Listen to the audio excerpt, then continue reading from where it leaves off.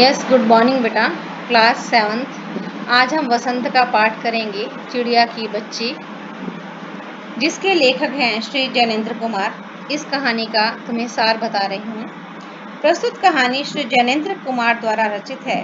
इस कहानी में उन्होंने बताया है कि हर प्राणी को धन दौलत, सांसारिक सुख सुविधाओं की अपेक्षा अपनी आज़ादी और माता पिता का स्नेह अधिक प्यारा होता है। दूसरी ओर मनुष्य अपने मन बहलाव के लिए छोटे छोटे पक्षियों को लालच देकर कैद करना चाहता है। सेठ माधवदास एक अमीर व्यक्ति है। उसकी बहुत कोठियां हैं। उसने अपनी एक और बड़ी कोठी और सुंदर कोठी बनवाई है, जिसमें उसने सुंदर बगीचा भी बनवाया है।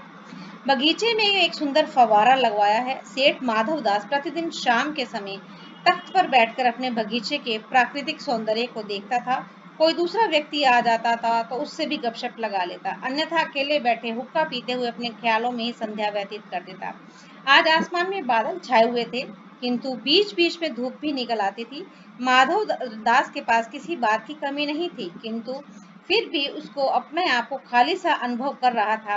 तभी कहीं से एक छोटी सी सुंदर चिड़िया आकर उसके बगीचे के गुलाब की डाली पर आकर बैठ गई। माधव दास को यह चिड़िया बहुत ही अच्छी लगी। उसकी गर्दन लाल एवं गुलाबी रंग की थी। उसके पंखों पर भी अनेक रंगों की चित्रकारी थी। चिड़िया बगीचे में आकर बहुत खुश थी। माधव दास भी चिड़िया की सुंदरता में खो सा गया था। उसने अपने आप को संभाला और चिड़िया से बातें करने लगा। वह चिड़िया को बताता है कि यह बगीचा उसने पक्षियों के लिए ही बनवाया है।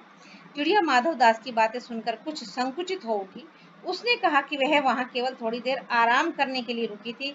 अब मैं यहाँ से चली जाती हूँ। चिड़िया ने माधव दास की बात सुनकर चहकना और फुदकना बंद कर दिया।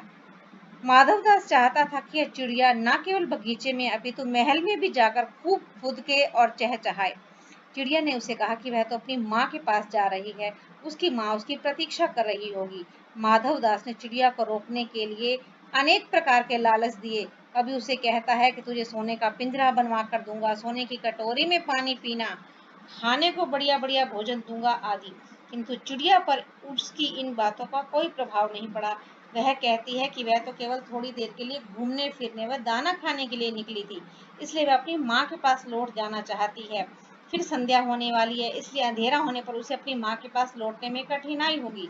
वास्तव में चिड़िया माधवदास की बातें सुनकर डर गई थी। उसे तो सबसे अच्छी अपनी माँ लगती है। उसके पास अपनी माँ द्वारा दिया गया घोंसला है। उसने माधवदास से कहा कि वह अब और यहाँ नहीं रुक सकती, वह जा रही है। उसकी माँ उसका इंतजार कर रही होगी।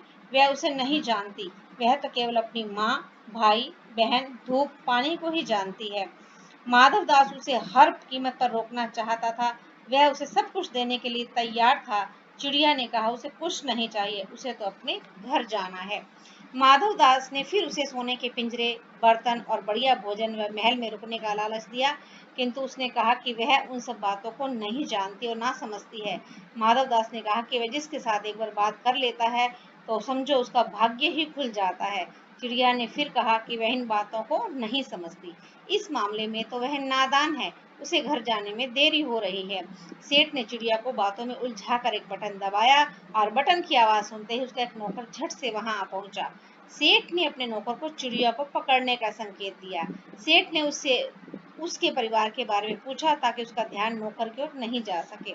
चिड़िया बेचैन सी हो उठी। उसे तो बस अपने घर पहुंचने की जल्दी थी, किंतु सेठ के मन में पाप था। वह उसे अपनी बातों में उलझाए रखना चाहता था ताकि नौकर उसे पकड़ सके। अचानक चिड़िया को अपने शरीर पर कठोर हाथों का स्पर्श अनुभव हुआ और वह झट से उड़ गई, क्योंकि उसे नौकर पकड़ने आया था। वह जल्दी जल्दी उड़कर अपनी माँ के पास पहुंची।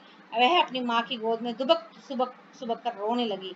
उसकी माँ ने उसके रोने का कारण पूछा तो वह कुछ नहीं बोली। वह माँ की छाती से इस प्रकार चिपक जाती है कि मानो वह कभी भी अलग नहीं होगी।